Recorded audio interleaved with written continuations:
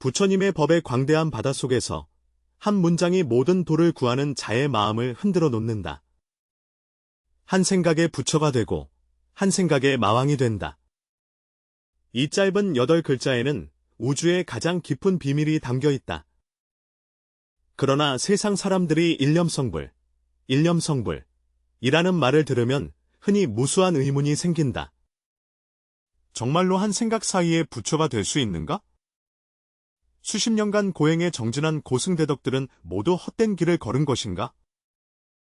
더 혼란스러운 것은 만약 한 생각으로 부처가 될 수 있다면 왜 여전히 수많은 중생들이 윤회 속에서 빠져 헤매고 있는가 하는 점이다. 전해지는 바에 따르면 2500년 전 영산회상에서 부처님께서 꽃을 들어 보이며 미소를 지으셨고 가섭존자는 마음으로 뜻을 헤아렸다고 한다. 이 순간의 마음과 마음이 통한 일이 바로 전설 속의 한 생각의 부처가 되는 것이 아닐까? 선종 역사에서 육조해능은 음이 머무르지 않음을 듣고 순간적으로 마음이 열려 깨달음을 얻었는데 이것은 어떤 경지인가? 더욱이 바람을 부르고 비를 내리며 산을 옮기고 바다를 뒤집는 신통자제한 대성취자들은 그 신통력이 과연 어디에서 오는가? 이러한 신비롭고 불가사의한 현상 이면에는 도대체 어떤 진리가 숨겨져 있는가? 마음먹은 대로 일이 이루어지는 것은 단순한 사람들의 희망사항인지 아니면 실제로 깊은 법리적인 근거가 있는지 궁금하다. 범부 속자들이 정말로 신통을 발휘할 수 있는지에 대한 모든 답은 무수한 사람들의 운명을 바꾼 무후에서 시작된다. 그곳은 왕 사성의 중림정사였으며 봄날의 다사로운 햇살이 무성한 대나무 잎을 통해 땅 위에 얼룩진 빛과 그림자를 만들고 있었다. 부처님께서 500비구들에게 가르침을 마치시고 정각에 들 준비를 하고 계셨다. 이때 한 젊은 제가자 예세가 급히 다가왔다. 그는 보로나이 성의 한 부유 상인의 아들로 어릴 적부터 풍요로운 생활을 해왔지만 부처님을 처음 만나 뵌 이후로 불법에 깊은 관심을 가지게 되었다. 예세는 어릴 때부터 뛰어난 지혜를 지녔고 집안도 부유하여 걱정 없이 살 수 있었지만 불법을 들은 이후로 한 가지 질문에 깊이 사로잡혔다. 오늘 그는 마침내 용기를 내어 부처님 앞에 섰다. 세존이시여, 제자가 한 가지를 알지 못하니 자비로이 가르침을 청합니다. 야사 올림, 정중히 머리 숙여 예배합니다. 부처님께서는 자비로운 눈으로 이 젊은이를 바라보시며 이미 그의 마음속 의심을 꿰뚫어 보셨다. 말해봐, 아이야. 예사, 야사는 깊게 숨을 들이쉬며 말했다. 제자들은 항상 사람들이 한 생각에 부처가 된다고 말하는 것을 들었고 또한 마음먹은 대로 일이 이뤄진다는 이야기와 전설 속의 신통경지, 신통경계에 대해 들었다. 그러나 제자는 정말로 이해할 수 없습니다. 만약 한 생각만으로도 부처가 될 수 있다면 왜 아직도 부지런히 수행해야 합니까? 만약 마음에 대한 생각이 진실로 성취될 수 있다면 왜 세상에는 아직도 구하지만 얻지 못하는 고통이 이렇게 많은 것입니까? 만약 신통력이 실제로 존재한다면 왜 범인들은 그것을 닦아 얻지 못합니까? 이 문제는 불법의 핵심 비밀을 건드립니다. 부처님은 급히 대답하지 않고 야사에게 곁에 앉으라고 몸짓으로 알리셨다. 스승과 제자가 대나무 숲에서 자리에 앉았다. 시원한 바람이 부드럽게 불어오고 대나무 잎사귀가 사각사각 소리를 냈다. 이때 정사 안에는 마침 한 노비구가 서예를 연습하고 있었다. 그는 땅 위에 흰 종이를 펼치고 붓을 들어 먹물을 찍어 글씨를 쓰려 했다. 부처님은 그 비구를 가리키며 말씀하셨다. 저 스승을 봐라. 그는 지금 불이라는 글자를 쓰려고 한다. 이 글자는 어디에 있겠는가? 예세가 곰곰이 생각하지 않고 대답했다. 그의 마음 속에 있습니다. 그의 마음에 이미 글자의 형상이 있어서야 비로소 쓸 수 있는 것입니다. 좋습니다. 그렇다면 마음속의 불자와 종이에 쓴 불자 중 어느 것이 더 진실합니까? 부처님께서 계속 물으셨습니다. 예사, 야사는 잠시 생각했다. 아마도 마음속의 자가 더 진실할 것이다. 왜냐하면 마음속의 자가 없으면 종이 위에 자도 존재할 수 없기 때문이다.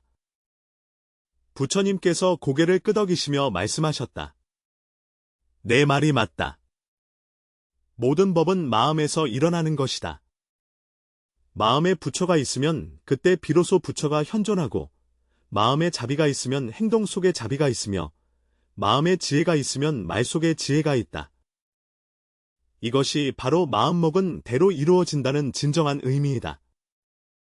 무작정 헛된 생각을 하는 것이 이루어지는 것이 아니라 마음속에 진정으로 갖추어진 것이 외적으로 나타나는 것이다. 예설은 어느 정도 깨달은 듯 했지만 여전히 의문이 있었다.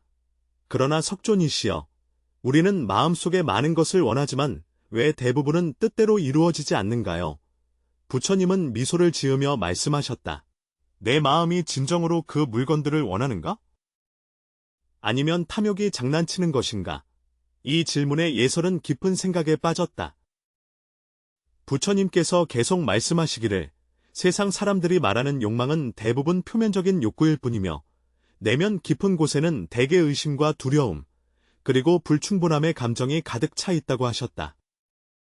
마치 어떤 사람이 입으로는 불을 원한다고 말하지만, 마음 깊은 곳에서는 자신이 불을 가질 자격이 없다고 여기거나, 부가 가져오는 책임을 두려워하는 것과 같다. 이러한 바람이 어떻게 가능하겠는가? 진정한 마음먹은 대로 이루어짐은 마음과 뜻이 완전히 일치해야 한다. 당신의 의식, 잠재의식, 초의식이 모두 같은 방향을 향할 때, 당신의 생각, 감정, 행동이 완전히 일치할 때, 일은 자연스럽게 성취됩니다. 이것은 어떤 신비로운 힘이 아니라 마음의 자연스러운 작용이다. 바로 그때 한 마리 나비가 날아와 두 사람 옆 꽃밭에서 꿀을 모으고 있었다. 맞아요. 같은 이치로 한 사람의 마음이 완전히 청정하고 완전히 한 곳에 집중되었을 때 소위 신통도 자연스럽게 나타나니 마치 나비가 날아다니는 것처럼 자연스럽습니다. 세상 사람들은 신통을 특별한 능력이라고 생각하지만 사실 그것은 마음이 본래 가진 능력에 불과하다. 이상한 빛깔에 눈에 이해의 빛이 스쳤다. 당신의 말은 신통력이 본래 우리가 지니고 있는 능력이라는 뜻입니다. 신통력뿐만 아니라 부처님의 목소리는 더욱 깊어졌고 성불도 마찬가지입니다. 모든 중생은 본래 부처님의 성품을 갖추고 있으며 성불은 새로운 무언가를 얻는 것이 아니라 본래의 모습을 회복하는 것이다. 이 흰 종이처럼 원래는 하얀색이었지만 잉크 자국에 가려져 있을 뿐이다. 군더더기를 제거하니 백지본 연의 모습이 드러났다. 그렇다면 무엇이 우리 불성을 덮는 때인가? 예세가 급히 물었다. 부처님은 직접 대답하지 않고 물으셨다. 지금 무엇을 생각하고 있느냐? 나는 방금 하신 말씀을 생각하고 있으며 불성을 무엇이라 하는지, 무엇이 갈피를 잡기 어려운 것인지 예서 스님의 답변을 생각하고 있다고 답하였다. 바로 그거야. 부처님께서 갑자기 목소리를 높이시며 말씀하셨다. 바로 이것이 끊임없이 생각하고 끊임없이 분별하며 끊임없이 판단하는 것인데 이러한 생각들이 먹물처럼 본래 맑고 깨끗한 마음 위에 층층이 덮여버린다. 예서가 멍해졌다. 부처님께서 계속 말씀하셨다. 우리의 마음은 본래 어떠한가?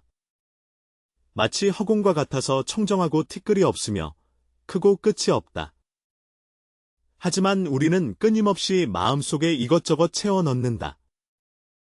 여러 가지 생각, 관념, 감정, 기억, 기대, 두려움 등이 점점 쌓여 마치 먹구름이 태양을 가리는 것처럼 마음 본래의 밝음을 가려버린다.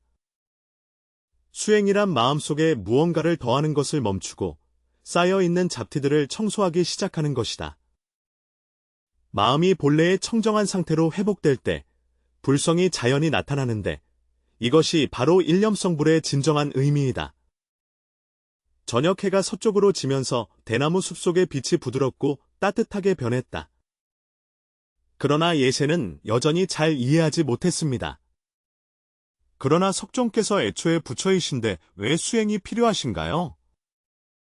보기에 푸르지 않아 보여도 본질적으로는 여전히 푸르다. 그렇다면 그것이 다시 초록색으로 보이게 하려면 흙을 씻어내야 할까요? 그렇습니다. 흙을 씻어내는 데는 시간과 방법이 필요하지요? 잎사귀는 본래 초록색이지만 초록색이 드러나려면 세척하는 과정이 필요합니다. 부처님께서 온화하게 말씀하시기를 중생의 부처성 또한 그러하다고 하셨다. 본래 완전하였으나 그것을 드러내기 위해서는 여전히 무명번뇌라는 이 진흙을 제거하는 수행의 과정이 필요하다. 어떤 사람이 오랫동안 수행해도 성취하지 못하는 이유는 마치 이 잎을 씻는 것과 같습니다. 어떤 사람은 올바른 방법을 사용하여 금방 깨끗하게 씻어내지만 어떤 사람은 잘못된 방법을 사용하여 씻을수록 더 더러워집니다. 어떤 사람은 씻으면서도 한편으로는 새로운 흙을 계속 덧바르기 때문에 이렇게 하면 물론 깨끗이 씻을 수 없다. 예세는 문득 깨달았다. 그래서 수행의 핵심은 올바른 방법을 사용하고 지속적으로 해야 하며 수행하면서 동시에 새로운 업을 짓지 않아야 한다는 것이다. 바로 그렇습니다. 그리고 가장 중요한 점이 하나 더 있습니다. 부처님의 눈에는 깊은 빗줄기가 스치고 잎을 씻는 자와 씻기는 잎이 본래 하나임을 이해해야 합니다. 이 말은 예세를 더욱 혼란스럽게 만들었다. 무슨 뜻인가? 부처님께서는 설명하지 않고 대묻기만 하셨다. 누가 수행하고 있는가? 저입니다. 예세가 망설임 없이 대답했다. 그렇다면 누가 부처가 되고자 하는가? 저 역시 저입니다. 수행하는 나와 부처가 되려는 나는 같은 나일까? 예세는 잠시 생각한 후 아마도 그렇다고 여겼다. 수행자와 성불자가 동일하다면 무엇을 더 얻어야 하겠는가? 어떤 거리를 더 넘어야 하겠는가? 부처님의 목소리는 매우 부드러워졌다. 이른바 수행이란 다만 내가 나 자신을 찾아가는 것이며 이른바 성불이란 다만 내가 본래 부처임을 깨닫는 것이다. 이 인식의 순간이 바로 일념성불입니다. 밤이 점점 깊어가고 하늘의 별들이 반짝이기 시작했다. 의식은 머릿속이 텅 빈 듯한 느낌을 받으며 모든 개념이 이 순간 의미를 잃었다. 부처님은 그의 상태를 알아차리시고 부드럽게 말씀하셨다. 이해하려고 하지 말고 그저 이 순간을 조용히 체험하라.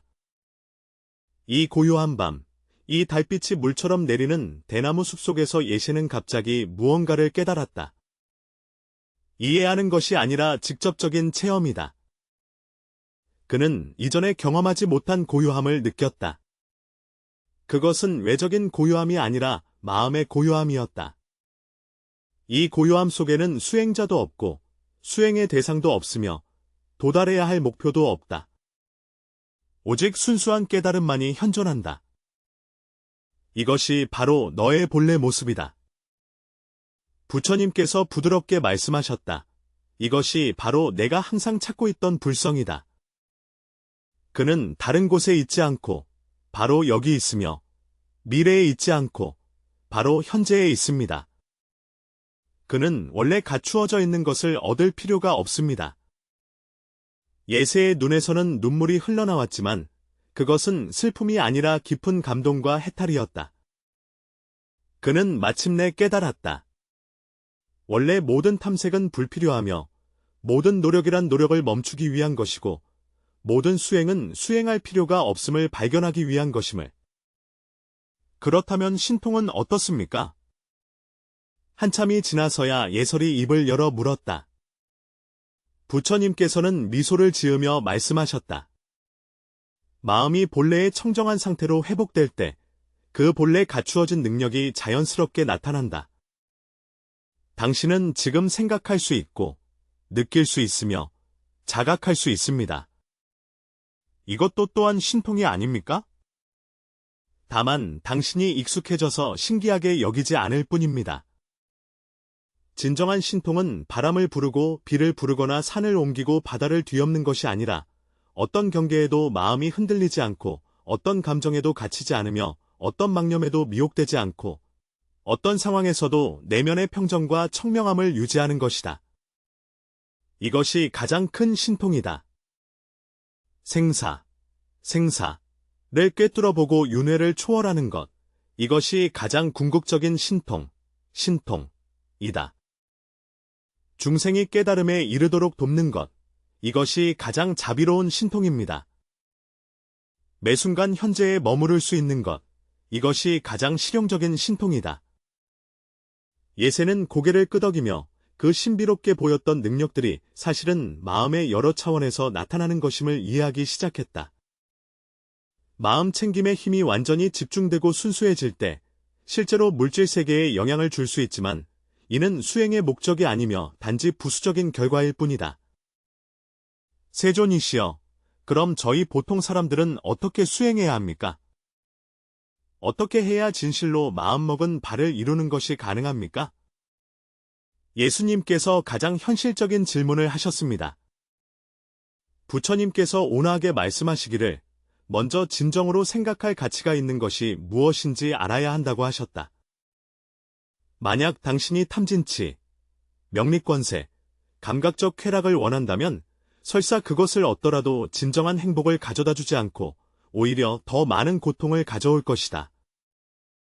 진정으로 생각할 가치가 있는 것은 자비, 지혜, 마음의 평정, 자유로움입니다.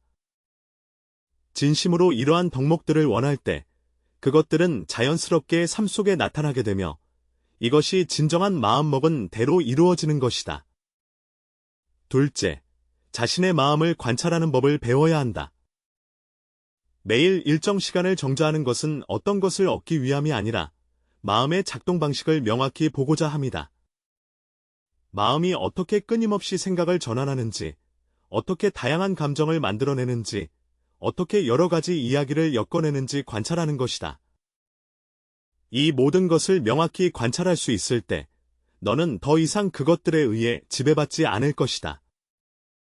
그리고 일상생활에서 집중을 연습해야 하며 무엇을 하든 온 마음과 몸을 다해 하나의 일에 전념하고 두 가지 일을 동시에 하지 않아야 한다. 밥을 먹을 때는 밥 먹는 데 집중하고 걸을 때는 걷는 데 집중하며 말할 때는 말하는 데 집중하라. 이러한 집중력은 수행의 기초이자 신통의 근원입니다. 가장 중요한 것은 항상 스스로에게 상기시키는 것이다. 너는 본래 완전하며 본래 부처인 존재임을. 너는 무언가를 얻으려 하지 말고 오직 내려놓기만 하면 된다. 당신은 무엇이 되어야 할 필요가 없으며 단지 자신이 원래 무엇인지 인식하기만 하면 된다. 달이 한가운데에 떠오르니 온 대나무 숲이 은빛 달빛에 잠겼다. 의식은 전례 없는 가벼움과 자유로움을 느끼며 마치 수년간 마음을 누르던 무거운 짐이 사라진 듯하다. 법은 경계가 없다. 법은 무한하다. 부처님께서 조용히 고개를 끄덕이셨다. 너는 이미 이 이치들의 정수를 깨달았다. 그러나 기억하라. 깨닫는 것과 실증하는 것은 별개의 문제다. 당신은 일상생활 속에서 끊임없이 수행하고 이 이해를 지속적으로 깊게 해야 하며 그것이 당신의 삶의 일부가 될 때까지 계속해야 합니다. 매 순간 이러한 깨달음을 유지하고 매 순간 이러한 상태에 머물러 있을 때 비로소 당신은 진정으로 한 생각이 곧 부처가 되는 경지에 이릅니다. 그때가 되면 부처님께서 하신 모든 말씀이 진실임을 깨닫게 될 것이다. 원래 수행은 정말로 궁극적인 해탈과 자유를 가져올 수 있다. 그날부터 예세의 인생은 근본적으로 바뀌었다.